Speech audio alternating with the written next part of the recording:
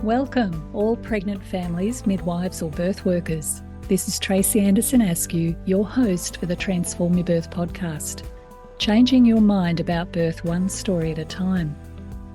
Each week we will be exploring a birth story through the lens of what birth can teach us. I'll be digging deep into each story so you can learn what it is that can change the way a birth unfolds. We can't control birth, but we can influence it. So listen in to find out how. Enjoy. Danica shares with us her experience of preparing for birth and what made the biggest difference on the day. Her early labour involved some starting and stopping, and ultimately it was a walk that kicked her labour into the next gear. She shares with us how her partner supported her to find comfort and what she focused on with her mind. During her labour there was some meconium, which required some extra monitoring.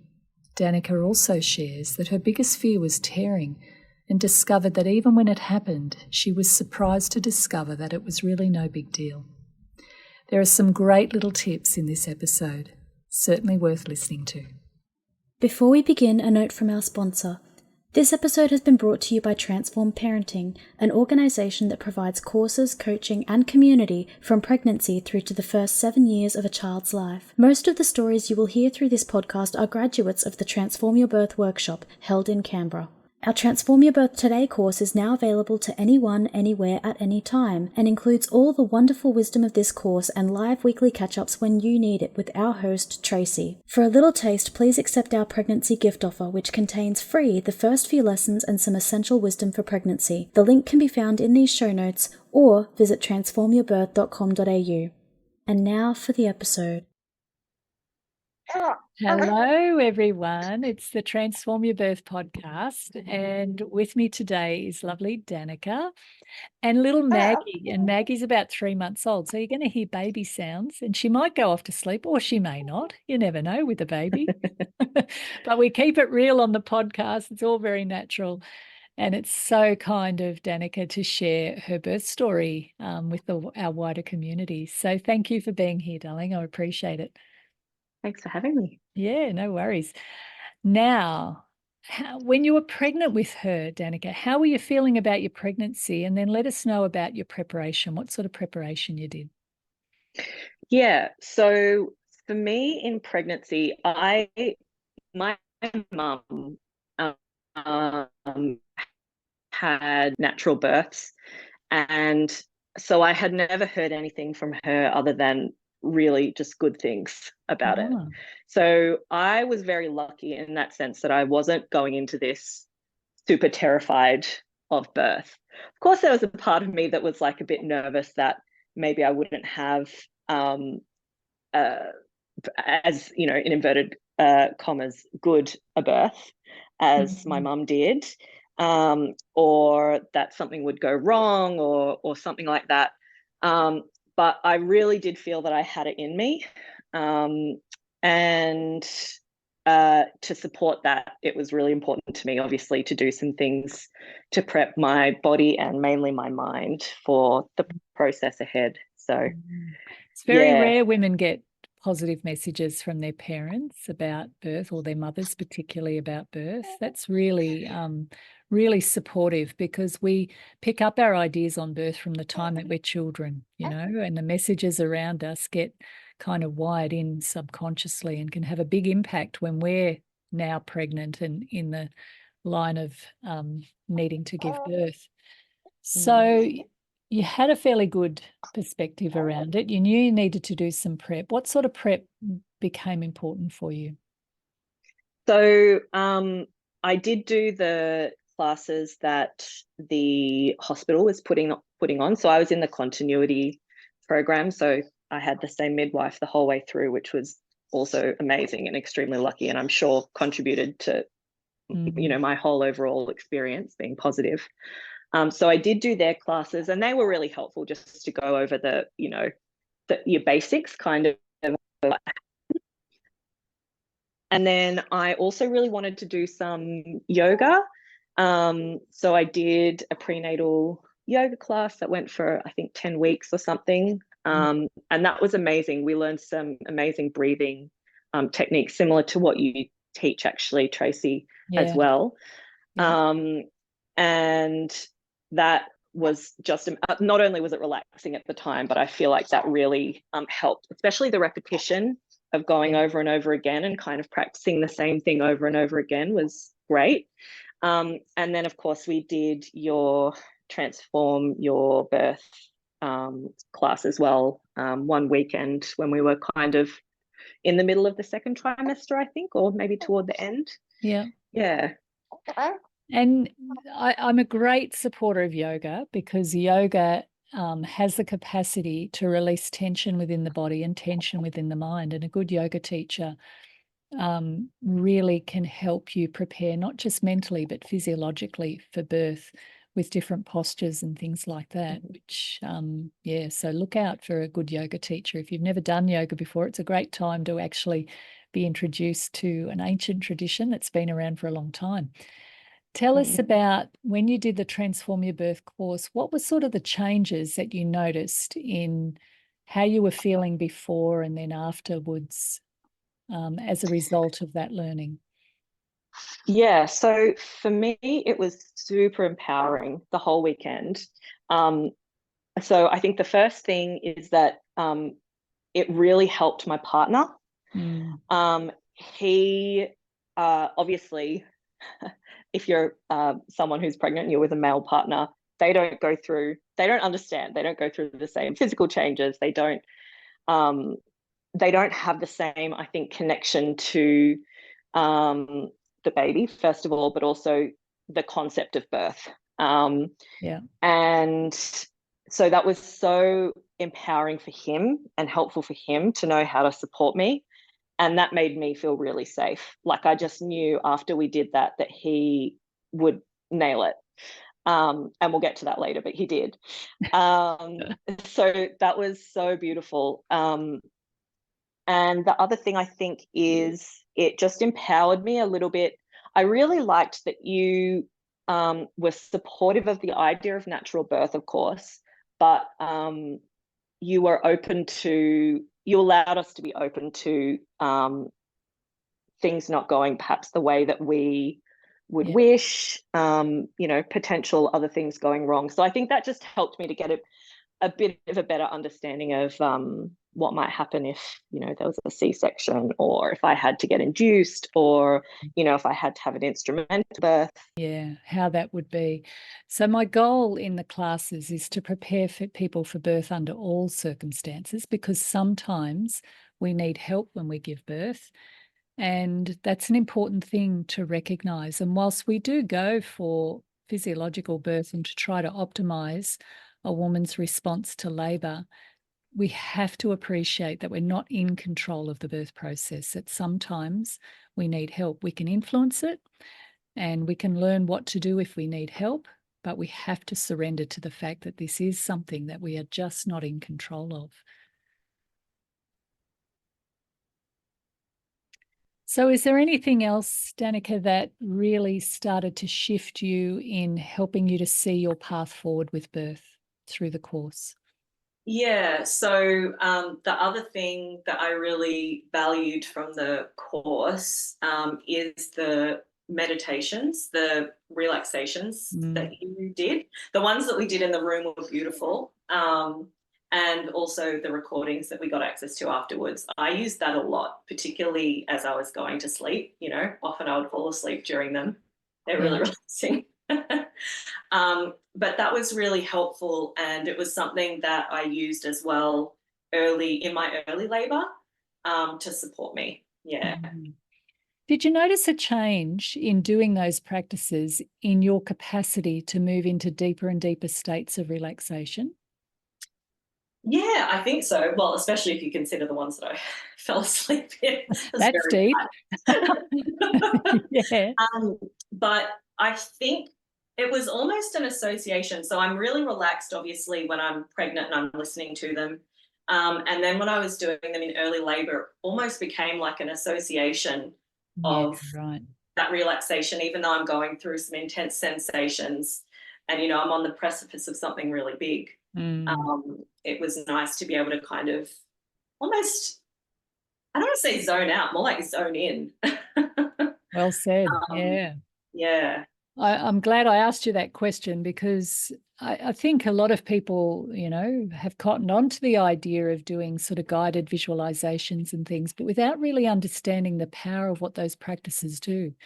And they kind of work in three ways. One, they can help you to access deeper states of relaxation. And what that's essentially doing is down regulating your response to stress. So that means you're less likely to go into a stress response because your state of homeostasis or balance is much deeper, which means that you're less triggered, I guess, to go into stress. The second thing is they brainwash you in a really good way. So it's really important to have language in those practices that are designed to talk to the subconscious, to start to make the changes you need to make, to bring you in alignment with the belief that you can do this. And that's certainly what my practices are designed to do. And the other thing is they give you the opportunity to clean out the subconscious closet in case you have conflicting beliefs that could get in the way. So, the practices are very, very powerful. And I'm always telling my families, do the effing practices because that's what moves the needle. That's what actually changes the way you labour. So it's interesting you noticed that when you're in labour, they really got you into that zone. Does that feel accurate? Yeah, totally. And there was one in particular, I think, where you meet with your future self. Mm-hmm. That was a really healing one. Beautiful. Nice. Beautiful. Terrific. So, darling, tell us what happened on the day when she decided it was time to come. Well, so on the days, really, because I went into labour at 2:30 a.m. on a Thursday. I woke up and I was like, okay, I think this is something. I had the good old bloody show, and I had, they started slowly at first, and then they came closer and closer together. I don't think they ever came closer together than about 5 minutes apart. And then they started to slow down and slow down and slow down. And so we had to call the midwife a couple of times, and she's like, normal, normal, normal, normal. Like, this might slow down, it might stop. Just try and get as much rest as you can. Mm-hmm. So, yeah, the afternoon, by that afternoon, they had stopped completely. So went to sleep, chilled. I think we got takeaway. And then that night, they came back at the same time, actually, at about 2:30 a.m. Wow. Which was really interesting. I don't know what it is about that time of night and my body, but it was like, all right, time to go again. And so this went on again for a while. All during this time, we were doing your relaxations. I was having baths. I was trying to rest as much as I could, although I didn't get much sleep. I was in bed a lot. I spent some time on the birth ball, on the yoga mat. So again, by that afternoon, they didn't stop, but they weren't getting closer together. It was 6-7 minutes apart for hours and hours and hours. I was so exhausted by this point. I called the midwife again, and I'm like, I don't know if I can keep doing this, I'm exhausted, and she's like, look, why don't you try going for a walk? So I was like, okay. So we got up, we went for a walk, and I think I got around the corner from my house, just out the driveway, and got a really strong contraction. 2 minutes later, another really strong contraction. And then they kept coming that 2 minutes apart, 1 to 2 minutes apart, really strong. And once that had been happening for about an hour, we called the midwife again to go in to the birth suite. I think I vomited at some point in there. Good old labour vomit. And yeah, so then we went into the birth room, birth centre. The birth centre it was. And the midwife met us there. The bath was ready to go. She kind of checked on baby, made sure she was all good. And then basically the rest of early labor and transition was spent in the bath having contractions. So by this point, Don had been giving me these like hip squeezes every contraction, and that made a huge difference. That was so helpful. Yeah, wow. As well as the warm water in the bath was just beautiful. Geez, he must have been tired. He was exhausted. That is hard work. There's a photo of us just after she's born, and I think he looks almost more exhausted than I was. I've been there, done that. God, you can do that for hours, because women, hip squeezes, for those listening, is just coming in from the side and squeezing either into her bottom or into the pelvic girdle where the bone is. And what it's doing is taking the pressure off. It's releasing tension in the pelvis. And the uterus is attached through tendons to the pelvis. And so it can really support the opening of the doorway. It can support her comfort levels and release a lot of tension in the body. So you loved it. Poor Don. Oh, I loved it. I was like, get over here. I'm having a contraction. He would have had big biceps at the end of that little journey. Yeah, right. Yeah. So you found the bath was good, the hip squeezes. Any other forms of comfort that made a difference? Definitely. So we had the room again because we were in the birth center. So we had this big, beautiful room to ourselves. We had just one midwife in there with us. She really like came in when she needed to, kept her distance as well when she needed to. Wow. I was getting affirmations from Don. So before the birth, he and I had gone through, some lists online or whatever, and found a few that we liked, and he would repeat those to me. Plus the midwife was being really supportive with her words as well. I think that does make a difference. Yeah. I had my eyes closed nearly the whole labour by the time I was in the birth centre. So I was just really in the zone. And the breathing, that's probably the biggest thing that I haven't mentioned. So, yeah, just the really deep, slow breaths into the diaphragm, into the belly, was really the most supportive thing, I think, out of everything. And just really trying to relax between the contractions. Now, that's a great point, Danica. Sometimes we can spend a lot of time focusing on the contractions, but we forget that the spaces between the contractions are just as powerful, because when your body's not contracting in that moment, you've got the capacity to go into deeper and deeper states of relaxation and comfort. And in those spaces, if you add a little bit of light touch or any type of pleasure that helps that mother, what it means is that cervix can get that little bit extra soft in the spaces, so that when you get another contraction, it can pull back more cervix. So yeah, going really deeper into the zone between the work, between the contractions, is really powerful. Danica, can you remember what you were doing with your mind? I mean, it changed throughout the labour. There was one point where the contractions were very intense, and I was saying, no, I don't think I can do this. And the midwife was like, instead of saying no, I want you to say yes. And it sounds super cheesy, but that did something. That just helped me get back into the positive mindset of what I was doing. And even though it is really intense, that really helped me to kind of feel a bit more okay with everything. Yeah. See, our body responds to the words and images we give it. So if we're saying no, we're saying no to the experience. If we're saying yes, we're welcoming the experience. And that will have a direct impact on how you feel in that moment. So using mantras or statements or words like that can be very powerful in harnessing the power of the mind to be able to manage each moment. That's a really interesting So when you had to go from no to yes, what was that first yes like? Yes. Exactly. And then after that contraction, I think she was like, do you think you might be in transition? I was like, yeah, I think I might be. Yeah, wow, wow. So what were you like in transition?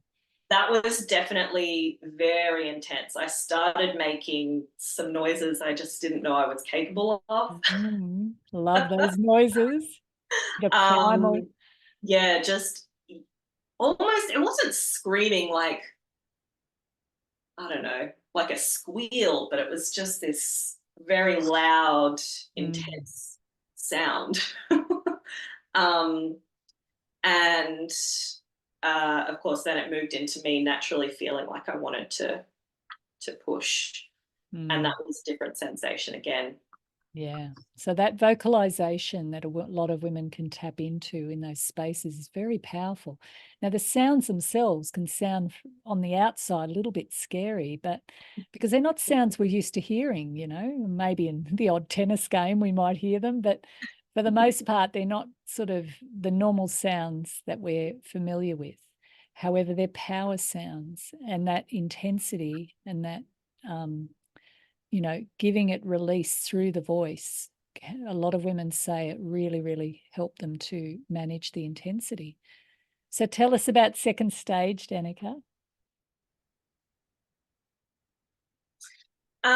Yeah. So when I started, so it sort of started just naturally. I just couldn't stop myself from pushing. And at that point, I think not long into it, my waters broke. I felt it, and it was all fine to begin with. It was clear, there were no issues. And I think about an hour in of me making these noises in the bath, the midwife noticed that there was some meconium that was coming out. So obviously baby had pooed. And at that point, you would know, Tracy, they like to start to check on you a bit because it can be a sign of stress in the baby. However, I was 41 weeks at this point. So the midwife said, sometimes at 41 weeks, the baby just needs to do a poo because it's been so long. So she said it's very common actually for babies who are being born at that time to find meconium in the waters. Yeah. So anyway, she asked me to get out of the bath, which was like, I really didn't want to get out of the bath. It's like very comfortable in there. So yeah, she got me out of the bath and she checked on baby's heart. It was fine. And at that point, we became aware that hospital policy was that you would need to go down to the birth suite so that a doctor could check and that baby would get kind of continuous monitoring. But what the midwife said very calmly to us, she was so fantastic, was basically, I think this baby's coming really soon. I'd been pushing for about an hour, I think, at that point. Yeah. I think your baby's coming really soon. If you push like all get out from now, I think we can make this happen and prevent the need for an instrumental birth.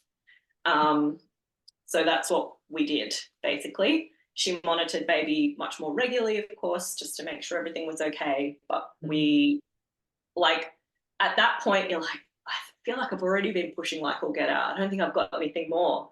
But then you discover there is more, actually. You can do more. Yeah.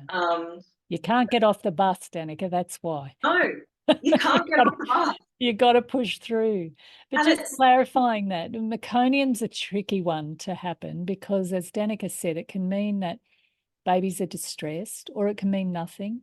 It can be the meconium passes through and that's fine, or they worry about babies ingesting meconium. So your carers have to pay attention to those sorts of signals, and they always err on the side of caution because we all want a good outcome for this baby. So it's appropriate that they do respond to that sign of meconium in the waters. But it's a tricky thing because in your case, it looked pretty obvious that everything was still fine. The baby seemed still really happy. But of course, your midwife had to be seen to be doing the right thing and to do the right thing by you and Bub. So you had a bit of pressure. Okay, if you can get the job done here, Danica, we're not going to need to get her out faster with help. There's nothing like a bit of incentive. What That's right. happened? What did you end up doing? So at this point, I didn't get back in the bath. The midwife was like, let's try a different position and see if that helps, a position change. Because at that point, I'd been basically on all fours in the bath doing most of my contractions. And that obviously got me a lot of the way because I was fully dilated and everything. And so I was on my side. I had Don holding one of my legs up, and I was just pushing really, really hard to try and get this baby out. And then I think by the time she was ready, so she started coming down, the midwife was like, I can see the head. Don's like, I can see the head. And then she was like, do you want to have a little feel? So I could feel her head coming down. Yeah. That was amazing. And then I got on my knees on the foot of the bed, sort of upright on my knees, holding onto the edge of the bed. And that was where I did my final few pushes. When she was crowning, that was intense, I will not lie. That was full on. It's like at each point you don't think the sensation can get any more intense, and then it does. But then you can handle it every time. I don't know. It was amazing. And so her head came out, and then they were like, okay, slow down. But I couldn't slow down. She just came out like straight away, basically. And it was done. Don was meant to catch her, but I think she came out too fast. So the midwife was onto it. What was that moment like meeting her? Tell us about that. I think I was saying, oh my God. Like, number one, I couldn't believe I'd just done it. And number two, I couldn't believe that there was like a real human in there that whole time. I could hear her crying. And it was the most phenomenal experience I've ever had. It's a moment you never forget. Yeah. So how did that unfold? How did the post-birth feelings go? Yeah, so we got our kind of golden hour. She pretty much got straight onto my chest, and then she was breastfeeding within 20 minutes or something. We had a little bit of help from the midwife with positioning because, everyone thinks, oh, it's going to be so natural and beautiful, but it was like, how do I hold her? Where does this go? What part goes where? Yeah, that was really How do I plug her in? And so she got some of the colostrum, and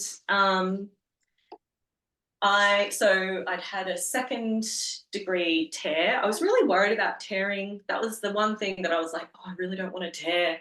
But it was the least of my worries at the time, it was just like, didn't even notice it. And a lovely doctor came in and did my stitches, and it was just completely fine. A lot of that's often women's biggest fear is around tearing of, because it messes with your mind. I mean, that's a really tender part of the body. Horrible. It's our sacred cave. How does it, what do you mean tearing? I don't know about this. But at the time, it truly, typically, I can say that with great confidence that it's the last thing you're thinking of because there's such bigger things going on and you typically don't feel it. Right. And then, of course, we've got these wonderful health professionals that can help bring those tissues back together with a bit of suturing, a local anaesthetic, and then a bit of suturing. And yeah, you're a bit tender on the other side, but the body heals. Yeah, and I feel like the tenderness wasn't really just the tearing, it's just the whole Yeah. thing just happened to you. Yeah, the whole shebang. And it heals, it's amazing, the body heals. And Yeah. Yeah. And I think too, women who've torn pay attention more to pelvic function and pelvic floor functioning afterwards. And that rehabilitation, and it's something we all should be mindful of as women as we age, of keeping the tone and the activity of that part of the body. And so when you've torn like that, you don't take it for granted. You do, the pelvic floor exercises. And I'm a great believer for those listening today to go and see a women's health physio prior to birth, a person who can do internals. Not all of them specialize in women's health and pelvic health. Go to one that does. They can often do a little bit of a check on you and take a baseline measurement of you prior to birth. And then that makes it better when you go back to them after about 6 weeks. You can go back to your women's health physio and they can just do a few little checks and make sure that, get a sense of how your pelvic floor is sitting at that point, and then give you some support to rehabilitate it and keep it well. We need to do this as women right through our lives, because if we don't pay attention to those parts of our body, they can get a little bit lax. And as a menopausal woman now, I'm appreciating the significance of having that tone. So yeah, it's something that's worth doing for your own well-being and health over a longer term. So, Danica, you had a very straightforward birth without any real need for help. What did you learn about yourself as a result of that process? so, number one, I want to say I feel incredibly lucky to have had that experience, Mm, because you just never know what you're going to get into. true. You know, uh, but I feel like um, I learned to trust my body, Yeah. trust in what it was wanting to do, and trust in just myself. It's so, it tests your limits. You've until you've experienced any kind of labor, you don't know what you're capable of. I feel so just, I mean, maybe I'm still riding on my oxytocin high, I don't know, but I feel just so confident um, in myself since having had that experience. I just really, Mm, um, I'm so grateful to have had it. yeah. I really do believe that Mother Nature has an intention for us during the birth process to help us to realize that we're far more than what we could ever imagine. Yeah. And it's designed to get us ready for that next phase. And so that confidence that you develop through birth, can you see the connection between that and what you're dealing with now as a new parent? Absolutely. I mean, for me, I was really nervous about becoming a parent. More nervous about that than I was about birth itself. Interesting. Yeah. But I was nervous about sleep deprivation and mental health and all of that stuff. Like everything's new. But I feel like just that baptism of fire almost that you go through with birth, no matter what kind of birth that you've had, almost. Yeah. No matter what kind of birth you've had, that kind of experience, the intensity of that experience, it prepares you, because of the testing of your limits. I think it prepares you for motherhood in a way. Mm. I feel very connected to her. We've gone through something together, and it's pretty magical. Mm. I think that is such a wonderful insight, and I hope people listening can really appreciate that the blueprint of Mother Nature's design is incredibly intelligent in so many ways and on so many levels. And I really do believe that birth is designed to prepare us for that next phase on the other side. And I'm going to suggest to those listening also is that it's not just straightforward natural birth that does that. It's any type of birth has the opportunity to do that because, like I say, we're not in control of this game. We're not in control of the process. But the fact that it is intense, that it is designed to wake us up, is all on offering if we choose the right mindset to see the power and the intelligence of it. We can take lessons from any type of birth, even the most complex ones, even cesareans under a general when you're not awake. There's all sorts of things that get unlocked in a woman regardless of what actually transpired on the day. So for those listening, particularly if you've had children, go back to the birth experience and think about, what did you learn about yourself? What was it? And even those really difficult experiences, what did they invite you to learn, to see, feel, experience, or become? Ask yourself those questions. And then you can really start to appreciate the beauty of what's on offer when it comes to giving birth and bringing these precious humans into the world. Danica, is there anything you'd like to say to finish off? No, I think that's beautiful what you just said. And yeah, I completely agree. No matter what kind of birth that you have, I mean, I only have this one experience, but if I was to have another child, then it was to go a different way. You're right. I think there's something to be learned from that too, to be gained from that too. And probably processed. Every birth needs to be processed in some way as well. But I feel incredibly grateful to have had the experience that I had, and incredibly empowered from it as well. Yeah. So Danica's story reminds us of the beauty of birth. She was incredibly well supported by a beautiful partner who worked very hard himself to give you the comfort. She had the support of a midwife that she knew through the whole process. And we all know that continuity models are very popular, and there's a good reason, because women need relationships during the birth process. And I think from that story, we can learn a lot about the power of what women can endure without the need for fuss and pain relief, which is not what we get told every day. So thank you, Danica, so much for sharing your story so generously with us. And I don't know if you can see, but little Maggie has fallen asleep in the process of this interview. I've been watching her little face. She's so gorgeous. So if you're listening to this, you can have a check her out on YouTube. She's a very cute baby. And I want to thank everybody for tuning in again today and for supporting the Transform Your Birth. Please rate and review this podcast because it supports us to get to more and more people. And I think the beauty of this work of helping people to learn what can move the needle in birth, to learn, to prepare, to get partners engaged, and to work out how to talk and communicate with your caregivers to get the best outcomes for everybody is worth the time and the effort. So thanks for listening, and we'll have more goodness for you next week. Have a good week. Bye for now.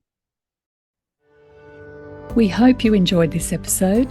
Please subscribe and share this podcast. This episode has been brought to you by Transform Parenting, an organisation that provides courses, coaching and community from pregnancy through to the first 7 years of a child's life. It is a place where you can learn, get support and grow into your role as a parent. Why not take advantage of a special gift for all pregnant women at transformyourbirth.com.au. Or if you have children, we have a gift for parents also.